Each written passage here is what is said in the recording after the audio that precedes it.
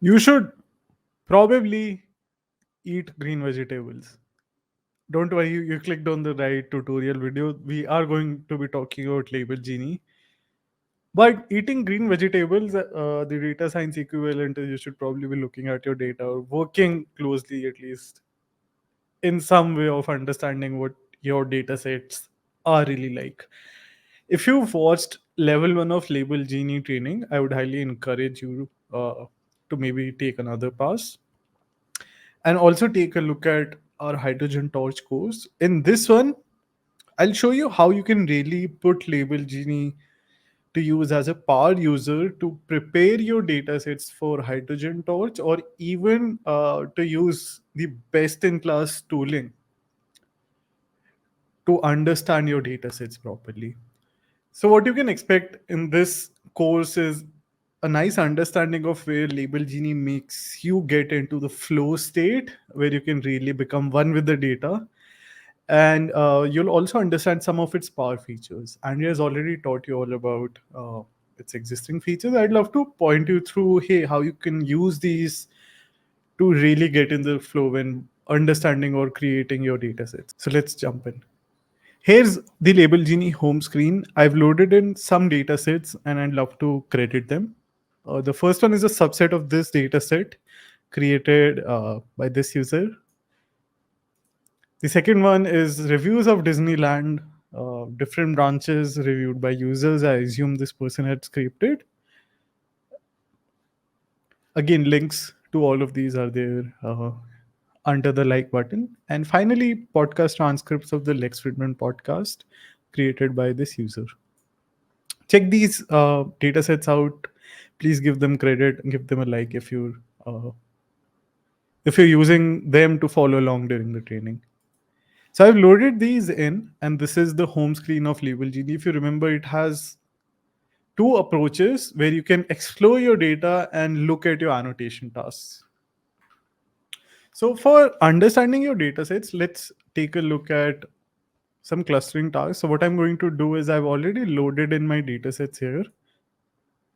Here you can see this is the Disney reviews dataset. It has the ratings, reviews, the time of the review, also the text. So what I'd like to do is start by understanding these reviews, right? That would be the first step in understanding what's actually inside of this dataset, what have been people writing. Now the mundane way of doing this would be actually reading through all of these columns, but another way can be to create a cluster out of these. So if I click new clustering task here, I can decide the number of clusters and I can say, hey, please create 4 clusters for me, label Genie. Let's say people usually read between 2, 3, and 4, maybe sometimes 5 rating. So instead of 4, you could maybe have 5 clusters, but the idea is we'll somewhat end up having similar text clusters bundled together. It selected an embedding model for me. It's selecting a clustering model for me. Let's maybe try Gaussian mixture first, and we can also do k-means. And then I'll select a text column. So this one would be review text. Now let me start clustering here. Now, of course, it's about 150 paragraphs. So this will take a few minutes to create these clusters. We're creating 4 clusters again as a reminder. And there's a total of 150 examples that we're working with. I've already run this. So let's take a look at that one. So in this one, I ran Gaussian mixture and I'll show you the key means result as well. One way to look at these clusters would be to jump to the map tab. And here I can see a visualization of these in 2D.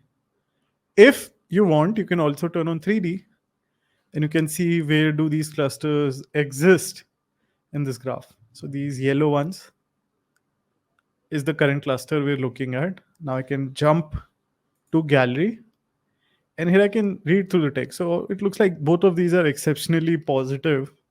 Both have rating 5 and are sort of written in a similar time frame. Let's maybe just read through this.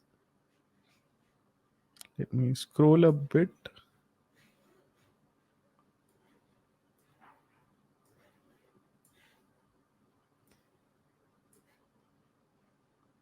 Yeah, so at this second, you can pause and read through these. But you'll see both of these are very positive. Now I can hit K or J to jump between the previous and next cluster. And this is a feature we're proud of. It's shipped in the latest release of Label Genie. These keyboard shortcuts really, when you're working with the data, they might not stand out at this moment, but when you're working with your data set, especially when you're annotating, they really help you get into the flow, and they're fairly straightforward to understand. So all right, now let's take a look at this cluster and maybe jump back to the mapping tab. For this one, maybe I'll again enable the 3D map, and you can see that at least in this visualization, here's where all the examples are coming from. Now maybe go back and read through a few of these. So these also look like fairly positive reviews. Now, doing this, you can sort of understand, maybe at a first glance, create groups of these reviews, create similar clusters based on the text to really understand what people are saying. Now, this might not matter for just 150 examples. You can probably sit through and read through 150 examples. But when you're working with 5,000 rows, this can actually help you get a feel of what's inside your text columns. Another way of approaching this could be creating a k-means cluster. Again, similar result, just slightly different approach. Now, for another data set,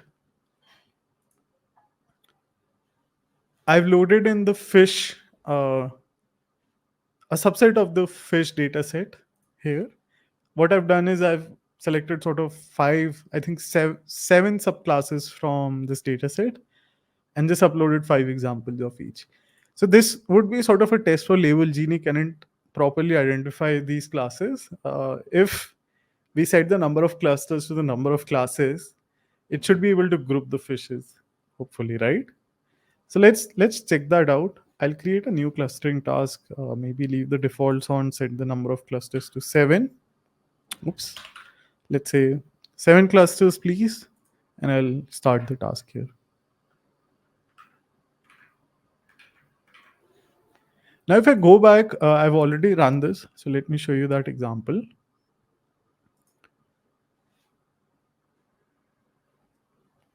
And if you look at these actually look from the same class, right? Let's quickly sift through all of the classes again. Similar species. I don't know anything about fishes, but these, at least to my untrained eye, actually look like they're the same species. Yep, still the same species. And don't worry about the cropping. That's just how it's being displayed.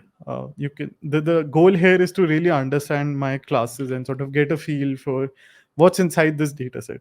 So looks like it's done a fairly good job at clustering these classes. I can also again go back to my space, take a look at these in 3D, and get a feel, hey, is it getting the clusters right? And you can see that you can auto identify these clusters yourself, right? You can see the groups quite close to each other.